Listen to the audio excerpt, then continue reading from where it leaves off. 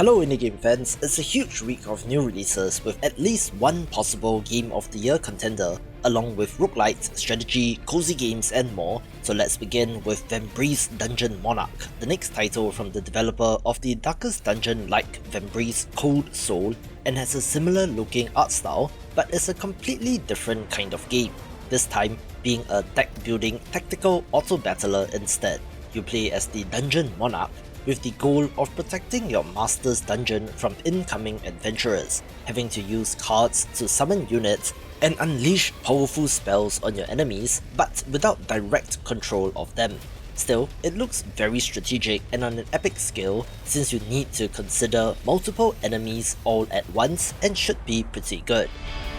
One of the most hotly anticipated titles is Lonely Mountains Snow Riders, the follow-up to Lonely Mountains Downhill, where you have swapped out your mountain bike for a pair of skis instead. The core game remains unchanged of intense time trial racing, but this time on snowy slopes, in which you are attempting to get down the mountain as quickly as possible, and if the first game is anything to go by, there should be checkpoints that you need to touch in order for it to count, but also has plenty of jumps and shortcuts which you can attempt to take without crashing, and includes up to 8-player multiplayer and a trick system and looks sleek. Two detectives protecting that pale-furred, sharp-toothed bastard. And I was just wondering, where are my detectives?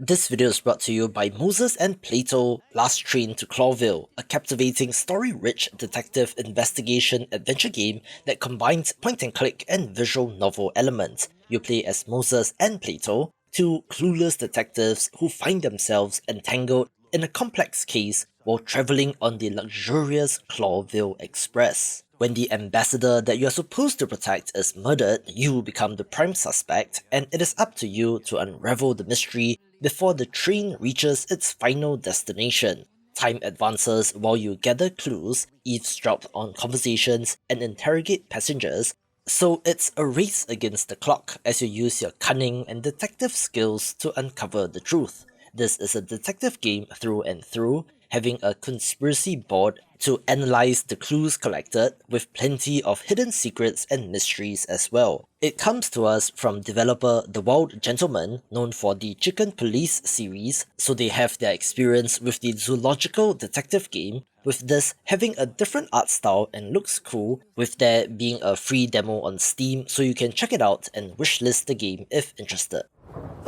Here we go. We might just be in for the adventure of a lifetime, huh? Oh, but every day is an adventure with you, Plato. We also have the 1.0 release of Cyber Manhunt 2 New World The Hacking Simulator, the sequel to the award-winning Cyber Manhunt from 2021, where in this game you play as an AI detective tasked with cracking digital mysteries and uncovering hidden truths. It is an immersive cyber puzzle adventure set within the complex landscape of today's digital world, where you can use real-life social engineering tactics to get the information that you need in order to solve complex yet intriguing puzzles, while also uncovering layers of an intricate plot. The multiple cases and different pieces of the story, which are fun and challenging to solve in themselves, are also exposing a sprawling, deeply interconnected conspiracy, with the early access launch going very well so far, with the final chapter to be released on the 21st, and pro tip, according to their Steam announcement page, it will have a 12% launch discount, so look out for that. One of the sickest looking roguelite titles is None Shall Intrude, in which you play as a gigantic dragon that is also a raid boss, having to conquer new lands, protect your treasure hoard, and to fend off parties of adventurers. I love it when game developers flip the script and allow me to play as the monster or the bad guy in games, since how awesome is it to play as a fire-breathing dragon instead of some random paladin? There is a deck building element with attacks and abilities which affect the entire battlefield, which was why I selected this game for my upcoming strategy roguelites video, so if you love the genre, this is a must get. Love indie games? Sign up to my newsletter to get a weekly dose of what's hot, along with some news and of course, weekly game giveaways, so if interested, link is in the description below. I've had my eye on this title for quite a while since Yield Fall of Rome has a cool art style and has evolved as compared to when I first saw it, since at the time it didn't even have the Fall of Rome subtitle and promoted itself as a turn-based strategy title with a cool look, especially due to the almost wooden miniature looking characters on the map. In this early access release version, they have expanded it to include the historical setting during the downfall of the Roman Empire, where it got too large to be under control, which led to skirmishes and lost territory all over the empire. There will be 8 playable factions in the final version, less at launch but they will slowly be added, along with individual campaigns for each of them, custom game, skirmish maps, and even multiplayer support, so if you love 4X titles, this looks to be of interest.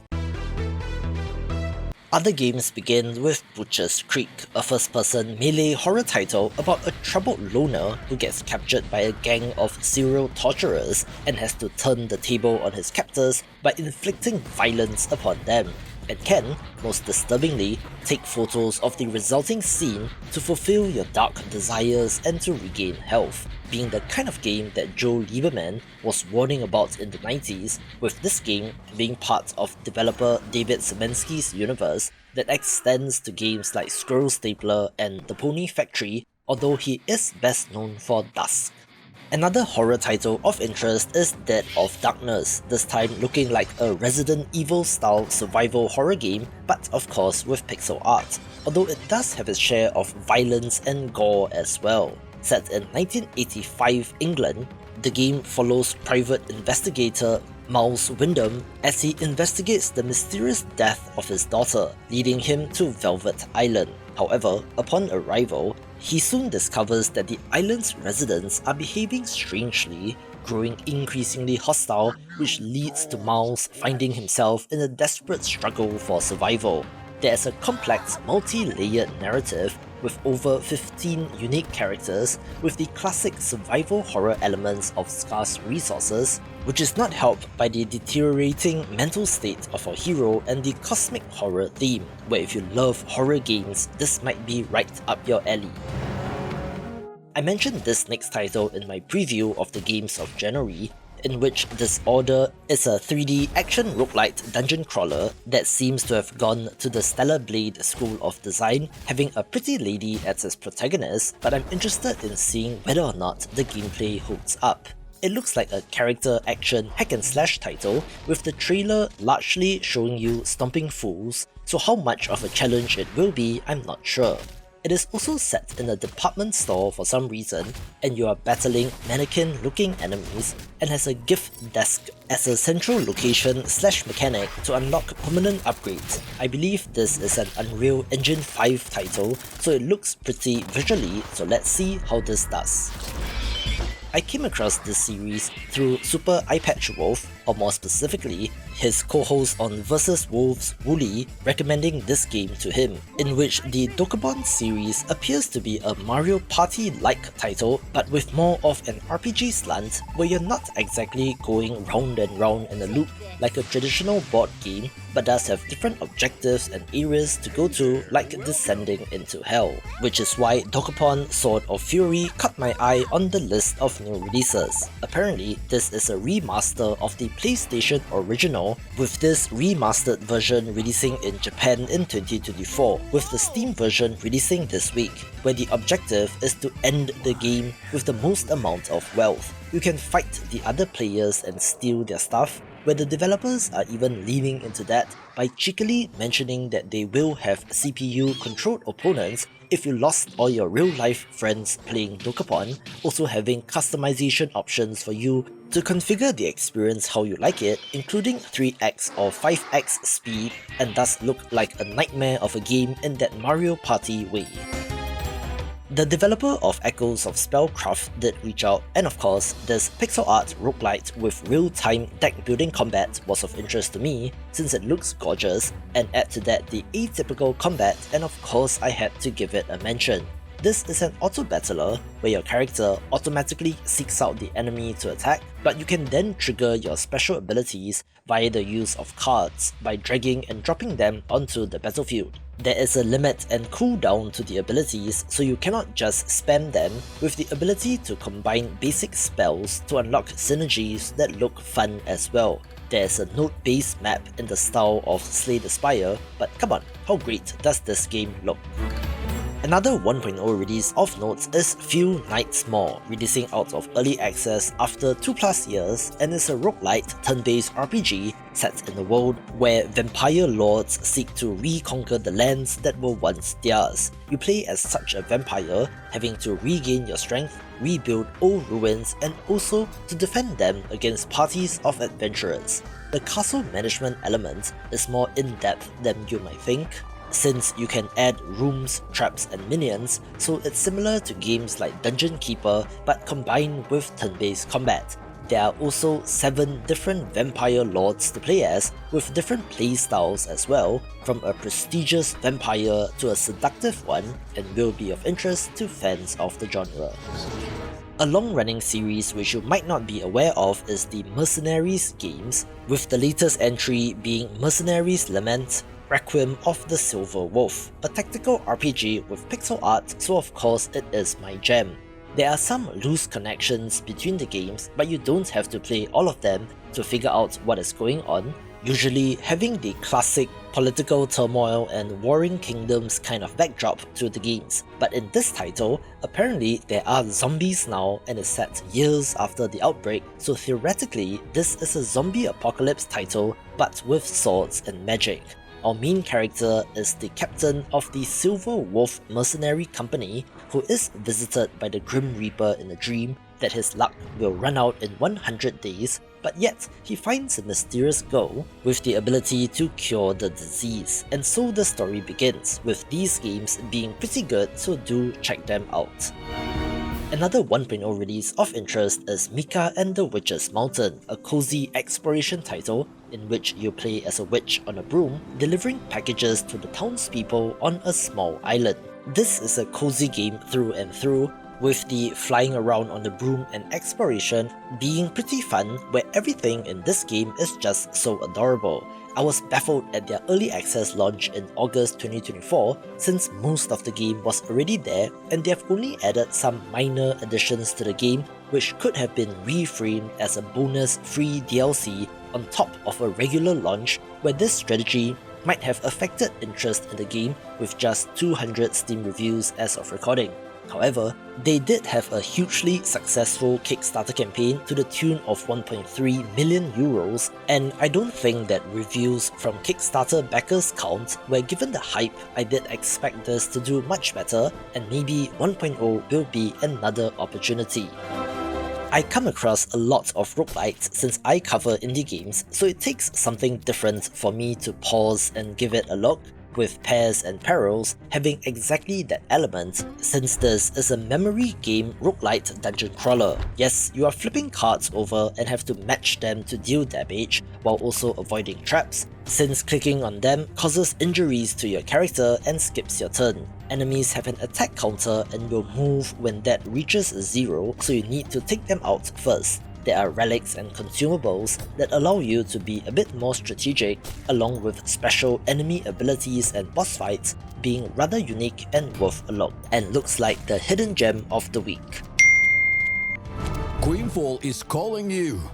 Prepare yourself for thrilling, breathtaking sandbox MMORPG adventure. I'm not quite sure what is going on with the voiceover for the Quinfall, but this is an ambitious looking action MMORPG from a Turkish developer that has a huge amount of hype behind it, even if the trailer doesn't exactly instill confidence, being set in a medieval fantasy world with all the bells and whistles that you would expect for a game like this. There is a profession system, resource gathering, crafting, trade, player housing, clans to join, and of course real-time combat, set in the self-proclaimed largest MMORPG map at 2016 square kilometers. But in games like this, it is not the size but how you use it. That's what she said! But still, this looks to be of interest. The original Turbo Dismount is fairly popular, being a physics-based crashing simulator title from 2014, and the developers are back with Turbo Dismount 2, looking to be more of the same, but updated of course due to the change in technology. Apparently, there's more to this game now, expanding into more of a sandbox, in which you can have multiple characters in different vehicles, different types of vehicles, level editing tools, driving physics, first-person driving mode, webcam support so you can put your face in the game, as well as an enhanced replay system, so if you love the original, do give this a look. Another title from my upcoming strategy roguelite video is Altenjo Infinite Hands, essentially Balatro but Mahjong, which can be clearly identified from the user interface as well as sound effects. However, Mahjong has a different method of scoring, so it is something different to wrap your head around as compared to poker hands, also having game-changing relics for that sweet multiplier so you can get a higher score. The tiles also have different backings which work in the same way as Balatro, with different advantages or mechanics per set, and as of recording has 680 concurrent players, which seems like a great launch for the game. Of course, me being me, I have to shout out Somber Echoes, a sweet looking sci-fi Metroidvania that is inspired by ancient Greek mythology and tragedies, in which you must stop your twin sister from destroying the universe. The space vessel is overrun with infested horrors from an unknown dimension, so you need to fight your way through, looking very sleek and awesome, although I do wonder what the one thing is about this game that will make it stand out. This one's for indie game developers. The free indie game marketing resources are ready, so sign up via the link in the description below to get it in your mailbox. A title that has absolutely crushed it with the release of their demo is Jotun Slayer Hordes of Hell, a Norse mythology-themed bullet heaven roguelite title, where I did note last week that the year is 2025 and we are still getting games in this subgenre, but of course it is beautifully executed here with the visuals looking similar to a Diablo game or something. You know the drill by now, choose from characters and slaughter enemies by the thousands, adding in-run missions for added challenge, boss fights which escalate in difficulty, as well as meta progression and permanent upgrades, where I guess you could do much worse than this if you were looking for such a game.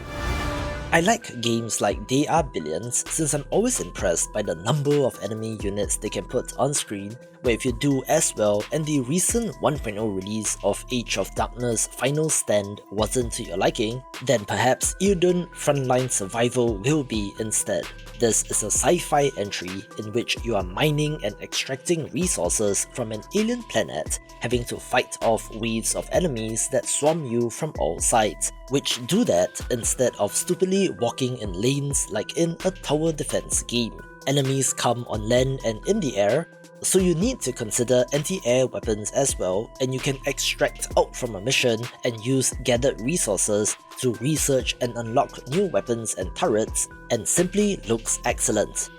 Of course, the game of the week has to be Ender Magnolia Bloom in the Mist, the follow-up to Ender Lily's Quietus of the Night, both being moody Metroidvania entries, with this sequel set years after the events of the first game. This series features indirect combat, where you're using homunculi to fight on your behalf, and after defeating a boss, can add them to your arsenal, with it currently having an overwhelmingly positive rating and 4,500 Steam reviews, so it's an easy no-brainer pick. And yes, the year of the Metroidvania continues for the second week in a row. Watch this video for upcoming action platformers not to be missed.